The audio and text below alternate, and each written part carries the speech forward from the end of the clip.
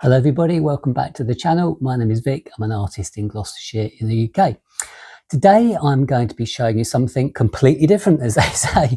Usually I bore you senseless with paintings, but today I'm going to be boring you senseless with something like this. Now this is a glass which I decorated. Now going back quite some years ago, I used to love, I still do actually, love decorating everything and anything. So always be aware that if it's something that's quite plain looking or hasn't got any much on it, chances are, give it time, I'm going to get my paints out or something out and it's going to get the treatment. Now this glass here, I don't know actually where I got this glass, and I don't know if this is going to show up very much.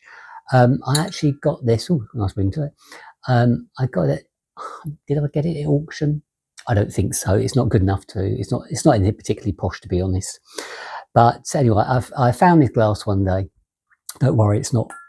I say it's not crystal. It sounds quite crystally, doesn't it? But anyway, basically, I've just ruined a valuable antique. Anyway, I I did this. I painted this in 2015. Now I was in an art store and I come across these paints that you could use on glass.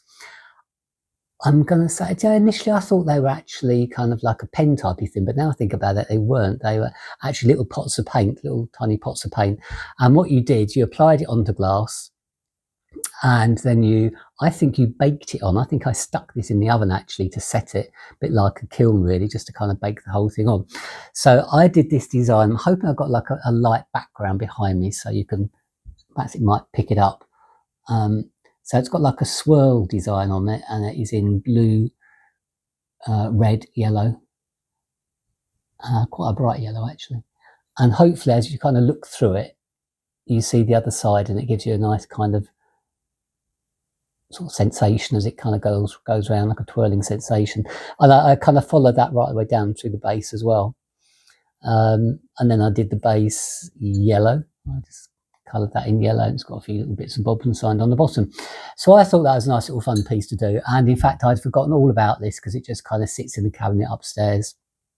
And I just kind of rediscovered it when I was digging around looking for stuff to show you on the channel. So that is the first thing that I just wanted to show you. So that was my little delve into glass kind of decorating. And glass decorating is something I'd really like to do properly, but I don't think I'm ever going to have the opportunity to do it, unfortunately, in that I'd love to create some designs like molten glass, like kind of molten coloured glass. I don't know if anybody, if you're familiar with my like amalgamation designs, which is very kind of fluid, kind of intermixing of colours and swirls and things like that. I could do that on glass, pretty sure I could, but I don't know if I'll ever have the opportunity to do it because I need to be working with molten glass, and obviously it's quite hard to come by that kind of thing. You need training and such like. I could teach somebody how to do it because I know exactly how they would need to do that, but it's something I don't know if I'm ever going to get to do. Anyway, glass, quite like colour glass. Now, the other one, this is a vase, or if you're perhaps in North America, you might say vase. And I got this, I'm going to say I got this in like a yard sale or a car boot sale, as we say in the UK. And it was just kind of biscuit clay, basically. It was absolutely plain and had no design on it whatsoever. So poor thing, unfortunately, it got the Vic Tilson treatment and I ended up painting all over it and I glossed it. And I did this one back in, let's have a look. I did that back in 1998. Okay. So yeah, I quite like that. And actually it's kind of followed on from a video that I've just made. I'll probably be releasing this video shortly after the one I'm talking about, the way shapes kind of give the illusion of kind of things being stretched and kind of like hourglass figures and such like. And I think this lended itself quite nicely to that, in that I've actually used kind of like this hourglass design, if you like. So it's kind of quite bulbous. It reminded me almost perhaps like a bit like an egg timer, really. And so that's probably why I've done it. And it's in this kind of nice sort of china blue with the bright yellow.